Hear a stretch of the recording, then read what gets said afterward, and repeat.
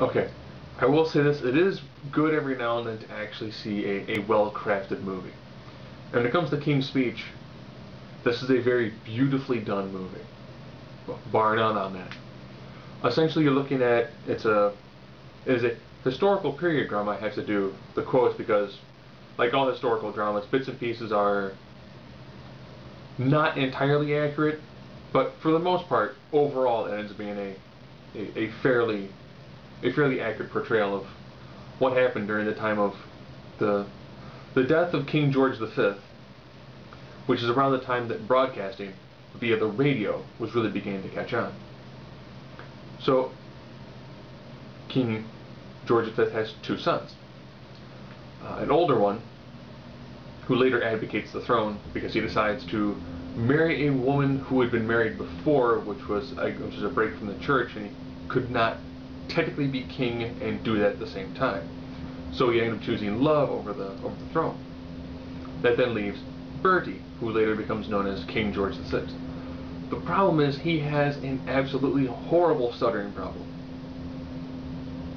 So he then, of course, begins to enlist Lionel Logue to help him out with this.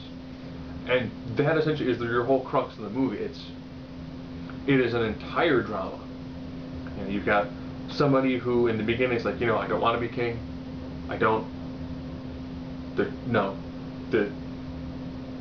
Being the monarch is not for me at all. Period. And then as the situation begins to progress, and all of a sudden you realize he's going closer and closer to becoming the monarch, and the fact that he has a problem doing any sort of speech, be it in person or over the radio, he knows that he really, really has to essentially learn how to do public speaking. And then as he becomes king, he still has massive amounts of problems when it comes to actually delivering what would end up being one of his first major addresses, which of course is the start of World War II. Which would be tough for almost anybody to deliver a speech, more or less saying, for the second time in most of our lives, the world is at war. That is something that would be kind of difficult for the average person to say, being in that low position of power, with almost a whole country kind of going, they're all on pins and needles, this is going to be one of the most important things you could ever possibly say. Now factor in someone who stutters, stammers, and has a decent amount of self-doubt when it comes to if he actually deserves to be king. And, there's a lot of that phenomenal internal struggle. In between Colin Firth and Geoffrey Rush, just ridiculously good acting. And the same way with Helena Bonham Carter. It is good to see her in a non-crazy role.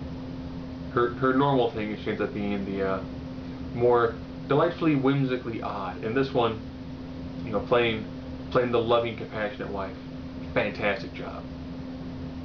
Hands down, if you want to see a good movie, a good period piece, historical drama, by all means, The King's Speech is definitely worth watching.